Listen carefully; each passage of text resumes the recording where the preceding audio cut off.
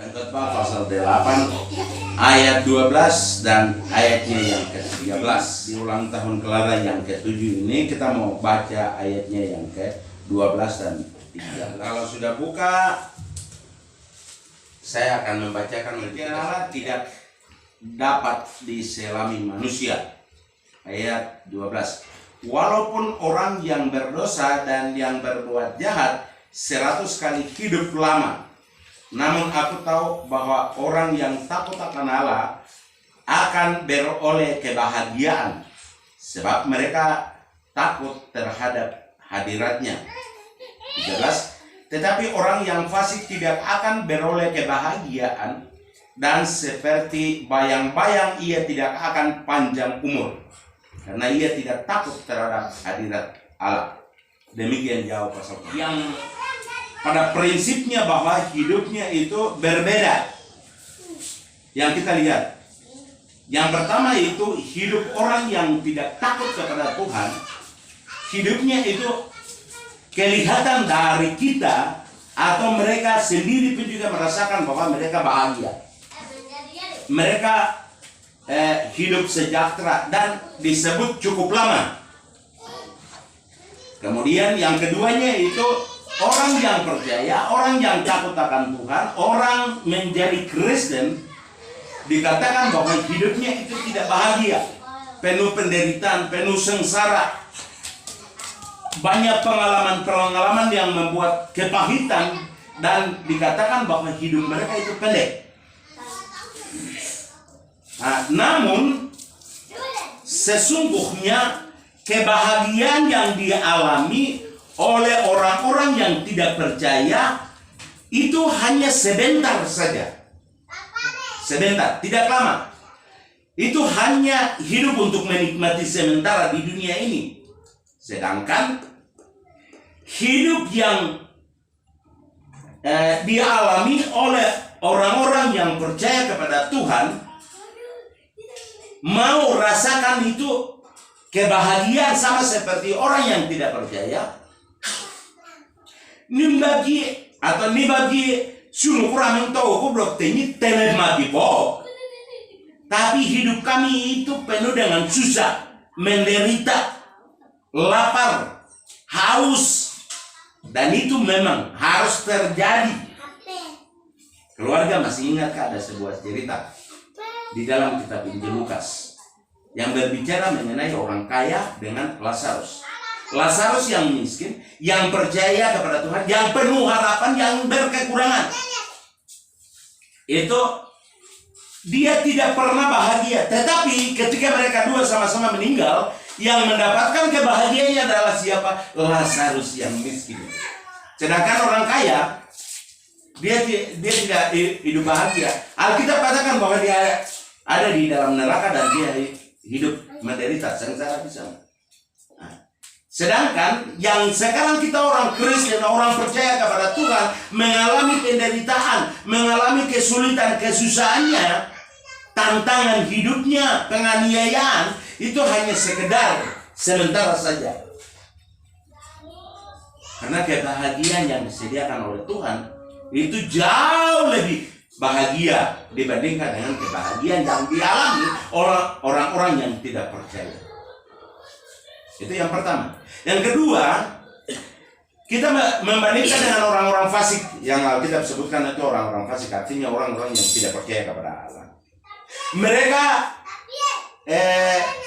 menganggap dirinya bahwa mereka hidupnya itu cukup lama. Bahkan orang-orang Kristen atau orang-orang percaya juga memandang mereka itu hidupnya lebih panjang atau umurnya itu panjang. Sedangkan orang-orang yang percaya itu hidupnya singkat. Umurnya aku berapa tahun nabi biasa tiba-tiba itu di bawahnya berapa sengaja tenenu. Nah, kita di dalam keluarga itu punya pengalaman banyak ya. Ukurnya pun masih kamu berapa marasi. Nah, yoni di bawahnya ada entah tidak sesungguhnya itu adalah bahagian daripada yang disediakan untuk orang yang percaya. Nah, hidup mereka itu singkat. Itu kalau kita memperhatikan. Sedangkan orang fasik atau orang jahat itu yang tidak percaya kepada Allah, itu hidupnya panjang dan juga kebahagiaan. Nah, itu hanya sebentar saja. Karena mereka lama hidupnya itu hanya di dunia ini. Karena di waktu kedatangan Yesus atau di akhiratnya itu mereka tidak pernah akan hidup bahagia, bahkan hidup umur yang panjang. Tapi orang yang percaya punya jaminan akan mendapatkan kebahagiaan yang tidak pernah akan hilang. Apa yang pernah Yesus katakan di dalam kitab Injil Yohanes? Kebahagiaan yang diberikan oleh dunia ini hanya sebentar saja, dinikmati sebentar saja, karena akan hilang secepatnya, dan tidak pernah akan merasakan puasnya hidup itu, tidak pernah merasakan kebahagiaannya itu. Misalnya orang yang punya kekayaan yang besar, dia punya bisnis usaha yang besar, tapi kebahagiaannya tidak pernah dia alami. Sekalipun itu dia jaminan hidupnya itu tergantung pada kekayaannya, tetapi kebahagiaan tidak pernah dialami. Coba keluarga bayangkan, kalau misalnya macam kita menjadi pengusaha besar, hari ini kita mau dapatkan nilai 1 miliar misalnya. Nah, dia sudah menjadi kaya, tetapi untuk mencari 1 miliar yang masih menanti di sana, ya dia harus berupaya, dia harus mengeluarkan keringat. Bagaimana caranya dia harus mendapatkannya? Dia mengorbankan tenaga, dia mengorbankan waktu, dia bahkan juga mengorbankan sebagian kekayaannya. Tetapi bagi kita, orang percaya kepada Tuhan, kebahagiaan yang Tuhan akan kasih, yang Tuhan berikan, yang Tuhan sediakan kepada kita, apakah kita perlu keluarkan tenaga? Apakah kita perlu keluarkan biaya yang cukup besar? Harta kekayaan yang kita miliki? Saya pikir itu tidak pernah. Tetapi satu hal saja yang diminta dari firman Tuhan adalah takut kepada Tuhan. Takut kepada Tuhan. Ayatnya yang pertama, ayatnya yang ke-12 saya baca ulang kembali lagi. Walaupun orang yang berdosa dan yang berbuat jahat 100 kali hidup lama, namun aku tahu bahwa orang yang takut akan Allah akan memperoleh kebahagiaan sebab mereka takut terhadap hadirat. Ini. Walaupun orang fasik atau orang jahat ini juga mereka hidup 100 kali lipat. Tetapi yang jauh lebih indah, yang jauh lebih mulia, yang jauh lebih merasakan kebahagiaan adalah orang yang takut akan Tuhan. Ini firman Tuhan katakan. Jadi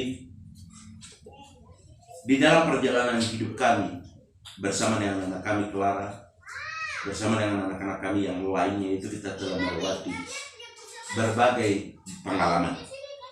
Bukan berarti bahwa Tuhan tidak pernah memelihara kita. Bukan berarti Tuhan tidak pernah menjaga. Tetapi kalau kita menderita, tetapi kalau kita mendapatkan tantangan hidup, merupakan kesiapan ataupun juga menjadi bahagian yang sesungguhnya kita awali untuk kita memperoleh kebahagiaan itu. Kapan kita akan menerima kebahagiaan itu? Saatnya Tuhan lah yang nanti akan memberikan. Entah bahkan sampai kepada sewaktu Kristus datang kembali, dia akan memberikan kebahagiaan yang tidak pernah akan hilang, yang tidak pernah akan kita bersedih lagi, yang tidak pernah akan kita bersusah lagi. Tetapi kebahagiaan itu membuat kita itu supaya kita dan nama Tuhan terus dipermuliakan. Kita akan memuliakan ketika Yesus datang kedua kalinya menjemput kita, kita akan merasakan kebahagiaan itu dan tinggal bersama-sama dengan dia dan memuliakan akan Tuhan.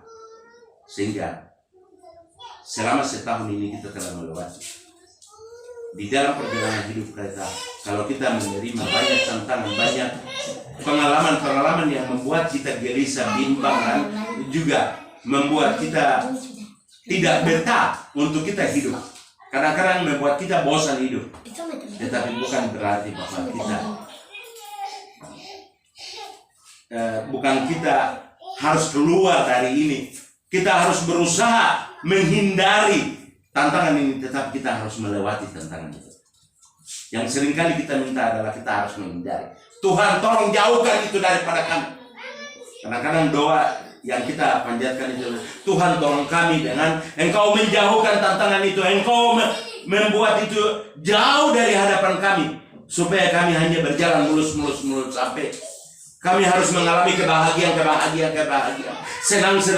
senang. Betul. Tapi bagaimana kita mau belajar percaya kepada Tuhan? Bagaimana kita belajar sandar kepada Tuhan? Kita harus menghadapi tantangan. Demikian firman. Amin.